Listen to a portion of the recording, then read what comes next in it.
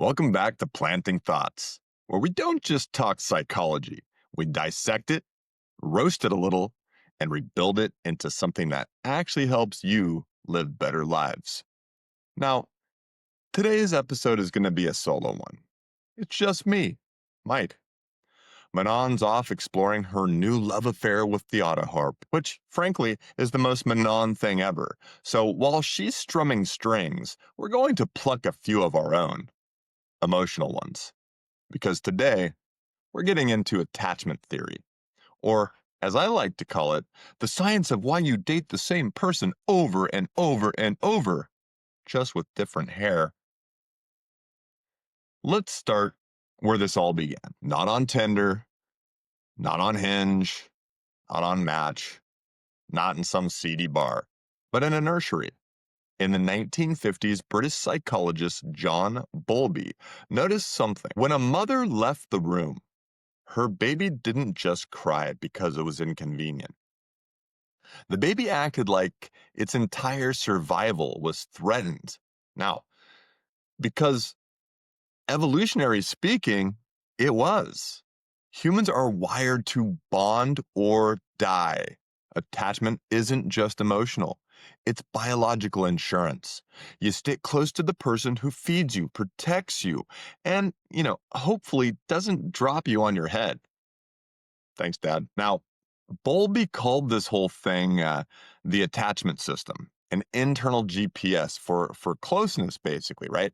And when it's activated, you move towards safety. And when it's secure, you explore. And then came Mary Ainsworth, Bowlby's research partner in crime. Now, she designed the now famous strange situation experiment in the 1970s. Now, picture it, a toddler, a mom, and a room filled with toys, right? Mom leaves, and a stranger enters the room. Now, what's going through your head right now? Why is the mom leaving a toddler with a stranger? Well, it's an experiment, right? It's artificial. So yeah, it's not perfect real life simulation, but it's pretty good for seeing what the toddler is going to do. So the stranger enters, they observe what the child does, right? Now mom comes back and Ainsworth watched the kid's reaction like a Netflix detective. And boom, she found three patterns. There was the secure babies, right? And they cried when the mom left, but they really kind of calmed down when she returned. Anxious babies, they cried when she left, and then they cried when they returned like their lives depended on it. And then there was another style, the avoidant babies. These little dudes barely reacted. But inside, right, heart rate monitors showed they were freaking out. That's the dark genius of avoidance. They look chill, but their nervous system is screaming, I'm fine, I'm dying, but I'm fine. Now, fast forward to 1987. Psychologists Hazan and Shaver said, wait, what if this just isn't about babies? What if we carry these things into our adult relationships? And the research said, oh yeah, we absolutely do. Because those internal working models, the mental templates we form from our first caregivers, they become the invisible architects of our love lives, really. If your caregiver was reliable, you learned, right? People show up. I can relax. That's a secure attachment. If your caregiver was inconsistent, you learned. Love's unpredictable. I have to chase it. That's an anxious attachment. Now, if your caregiver was emotionally unavailable, you learned needing people gets you hurt. I'll handle this myself. That's the avoidant attachment. And if your caregiver was both the source of comfort and fear, maybe you learned through trauma or abuse, you probably learned love is chaos. That's the disorganized attachment style. Now, these patterns aren't personality types, they're survival strategies. They're your brain's best guess at how to stay connected without getting crushed. Now, let's look at these four styles in the wild, I guess, right? Let's bring this down to the modern jungle. Dating apps, ghosting. Let's see where this goes limbo. First, secure. The unicorns of dating. Secure people are the ones who text back. They never play games. Somehow they still exist. They can be close without smothering, independent without disappearing. They're calm in conflict and generous in communication. Think Jim Halpert from The Office, right? Or real world figures like Michelle Obama, people who make emotional stability look magnetic, not boring. Of course, you've got the anxious, right? The fire alarms, right? The anxious types crave closeness like oxygen, but they often fear it's about to be taken away. They read tone shifts in texts like CIA analysts decoding Morse code. They send, "You there?" after 12 minutes of silence, right? But not because they're needy, because their nervous system's wired to detect threat and distance. Their core belief, I am not enough. So I need to work to be loved. And then we've got the avoidance, the ghost writers. Avoidants are allergic to emotional dependence, right? They value independence to the point of self-sabotage. They'll say things like, "I just need space," which usually means I need to not feel vulnerable right now. They love the idea of intimacy. They love the idea of intimacy. But once someone actually gets close, they emotionally bench them. Their motto, "If I don't rely on anyone, no one can disappoint and hurt me." Lastly, we have the disorganized, right? We call this the internal tug of war type. The disorganized or fearful avoidant, these guys are, they're stuck in emotional whiplash. They want closeness so badly, but fear what happens when they get it.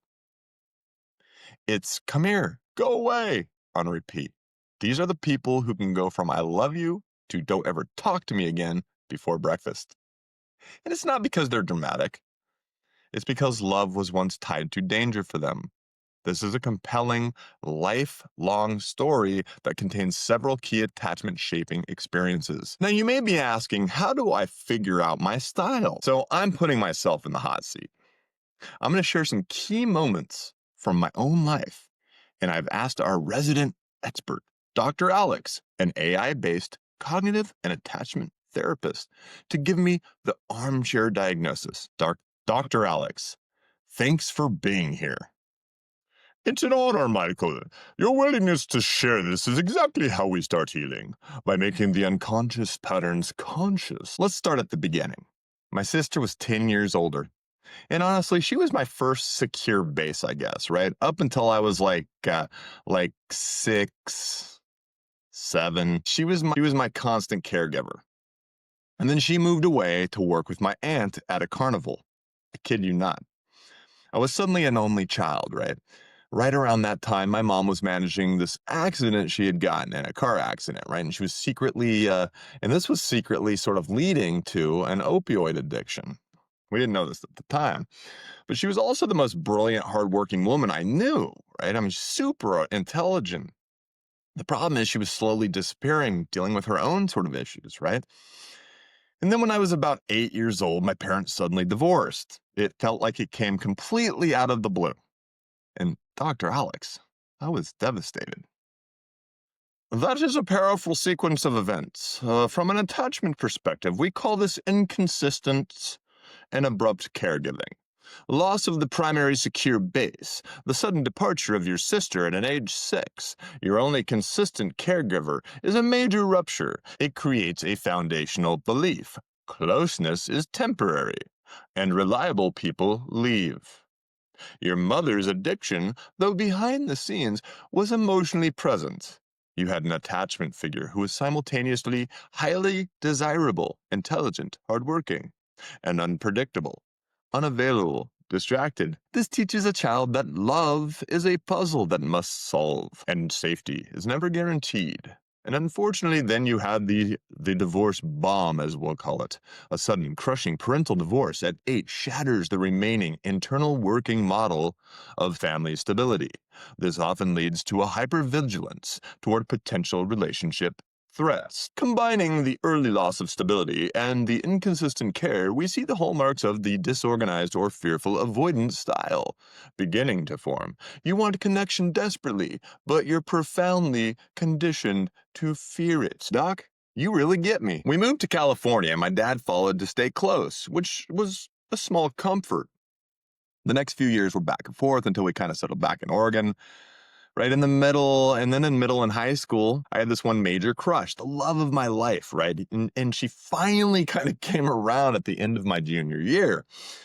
But the problem was, I was already dating another girl, kind of a safe choice, right? And so I couldn't accept it. I blocked that main connection off. And soon after, I started goofing around in college, right? Getting myself in trouble, right? And then I joined the military. This is classic insecure style behavior in action. Self-sabotage and the avoidance pull. When genuine and deep closeness, the crush, finally presents itself. The ingrained fear takes over. You are already dating the safe option, and your avoidance side use that commitment as a wall to keep the high-stakes, truly vulnerable connection at bay. You chose predictable distance over frightening intimacy. And then there was a deactivation through military service. Joining the military, particularly with a traumatic deployment to Kuwait, is a powerful deactivating strategy. It demands emotional suppression, self-reliance, and physical distance from the intimate bonds, validating the avoidant. I don't need anyone, do I? I can rely only on myself. That was a kind of a weird way to put it, but hey, look, I like it. So I married a woman I met while I was in the military, right? And we had 2 kids. Best thing that ever happened to me. We were together for 20 years, but then unfortunately we get divorced, right? And our youngest was 9, and the guilt and the pain, of that divorce were pretty crushing to me, to be honest. The 20-year marriage speaks to a desire for secure attachment, the attempt to hold a family together. But the context of a relationship is vital. Often, a disorganized person will pair with someone who either mirrors their anxiety, which creates drama, or their avoidance, which creates distance. The moment your marriage collapsed, especially with a child the same age you were during your own parents' divorce, age 9 versus age 8, it triggers the original foundation trauma. The guilt and pain you describe are not just sadness, they are the overwhelming echo of your internal working model. Screaming, I am fundamentally incapable of keeping a family safe or whole. Final diagnosis. Your life pattern, the initial secure base being removed, inconsistent care, choosing safe distance over true love, seeking a deactivating environment, the military, and then the profound guilt of a relationship rupture strongly suggests a tendency toward fearful avoidant. You have the anxious desire for love, the 20-year attempt, coupled with the avoidant fear of intimacy required to sustain it. The good news is that recognizing this is the first and hardest step. Your healing path involves grief work, processing the original trauma of your mother's disappearance and your parents' divorce, allowing the 8-year-old in you to feel the betrayal, challenging the core belief that closeness equals danger, and replacing it with the evidence from the moments of real, safe connection. Mindfulness, learning to identify when these hyperactivation, anxious panic, or deactivation, emotional shutdown strategies are firing off, and choosing a secure response instead. Doctor, I feel like a new man. Wow. That makes so much sense, seriously. The sense of panic when things get too good, the sudden urge to flee. Thank you, Dr. Alex. That gives me a lot to work on. All right, back to reality. Back to reality. If you recognize yourself in any of that scenario that I just forced you to watch, remember, attachment is fluid. You can earn security. A major review by psychologist Philip Shaver found that attachment can and does change through secure relationships, therapy, or conscious effort. It is not a death sentence. It is a diagnostic. Researchers call this earned security. It's when someone who started with the insecure patterns builds enough trust, reflection, and emotional skill to become secure. In other words, you can rewire your nervous system. Your love story isn't written in crayon, it's written in pencil. And studies from Fraley and Roisman and Gillith and Carranzas confirm even after decades, attachment patterns can evolve if people learn emotional regulation, vulnerability, and partner responsiveness. This can all be fixed. It takes work. But what in life doesn't take work? We don't give up, we get better.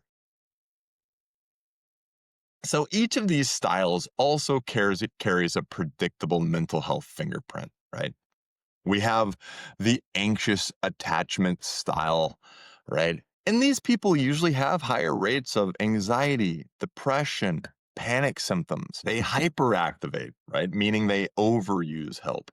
Constant reassurance seeking. Do you like me? Are you mad at me? It's okay. We're not mad at you. We like you. There's also the avoidant attachment, more prone to depression, loneliness, and workaholism, right? They underuse help. Emotion suppression is their comfort zone. That's kind of how I get away from it. Then there's the disorganized attachment, and this is the heaviest sort of like link to trauma, PTSD, things like this, right? Their nervous system is constantly sort of toggling between fight and flight. But again, all of these are adaptations, right? Evolutionary adaptations. They were once brilliant coping tools for environments that really weren't emotionally safe. Your attachment style isn't your fault, it's your formation, it's evolution grounded in biology. But it is your responsibility once you become aware of it. Now, why is everyone talking about attachment theory right now? Why is this such a hot and trending topic on the internet? Why has attachment theory exploded online? Well, there's a really important reason for this. It's simple enough to meme, but deep enough to explain your last 5 breakups. I know it explains mine. It gives language to feelings we used to just call chemistry. It explains why ghosting feels like death to the anxious and like oxygen to the avoidant. It reframes heartbreak from "I'm broken" to "my system is triggered." That's powerful. It moves the narrative from shame to strategy. But there's also a risk. Psych talk loves slapping labels on stuff. My ex was avoidant becomes the new "my ex was toxic." Real attachment science is more nuanced. It's not categories, it's dimensions. Researchers like Bartholomew and Horowitz in 1991 mapped attachment as 2 spectrums: anxiety, which is fear of abandonment, and avoidance, which is discomfort with closeness. You can be high or low on each of these, meaning there are gradations, not boxes. It's not about a diagnosis, it's about a direction or a diagnostic. Now, how do you move towards the secure attachment? How do you do that? How can you become one of these calm, emotionally stable people who don't need to stalk their partner's last active status? Here's what the science says, right? Here's what works: earned security through relationships. According to longitudinal studies, consistent emotional availability from a partner can rewire attachment over time. Think brain plasticity, right? We did a whole episode on that. Basically, secure people are contagious. There's also therapeutic reprocessing. Techniques like emotionally focused therapy, EFT, internal family systems therapy, or IFS, and mindfulness based attachment interventions can recondition old neural pathways. There's self soothing practice. Learn to calm your nervous system. For the anxious, delay your texting reaction. For the avoidant, lean in to what you want to pull away from. Security isn't a feeling, it's a skill set. And we need to work on those skills just like a basketball player would work on free throws. Thanks, Jack. There's also knowing your own triggers. Bowlby called this reflective functioning, right? The ability to see your thoughts and feelings as separate from reality. Once you can do that, you stop reacting from old scripts. And let's get real. Dating apps are attachment system crack. They combine intermittent reinforcement, right? The same principle that keeps gamblers hooked, with rejection at scale. Every swipe is an experiment in emotional regulation. Avoidants love the autonomy. Anxious types spiral into the uncertainty. So if you're trying to heal your attachment, the modern dating world is like doing yoga in a hurricane. But that's also where the work happens. Because the modern battlefield for security is not in the therapy office, it's in how we handle silence after a good date. So, what's the takeaway? What do I want you to walk away with here? Well, your attachment style is your nervous system's love language. It tells you what safety looks like, even when that safety is unhealthy. And the ultimate goal isn't to be perfectly secure, right? It's to be aware enough to self correct. When your anxious side wants to chase, pause. When your avoidant side wants to bolt, breathe. That's emotional adulthood. Security isn't found in another person. It's not found in the workplace. It's earned through the daily work of self regulation and honesty. Honesty. Because at the end of the day, relationships aren't about finding the perfect attachment match. They're about creating one. So, yeah, maybe the next time you start falling for someone, instead of asking, "What's their sign?" ask, "What's their attachment style?" Because astrology tells you what you want to hear. Attachment tells you why you want to hear that. I'm Mike. This has been Planting Thoughts. If this episode hit home, share it, or better yet, sit with it. And remember, you don't fix your patterns by hating them. You fix them by understanding the scared version of you that built them. See you next week. And Manon, if you're listening, play us out with a little bit of that auto heart, baby.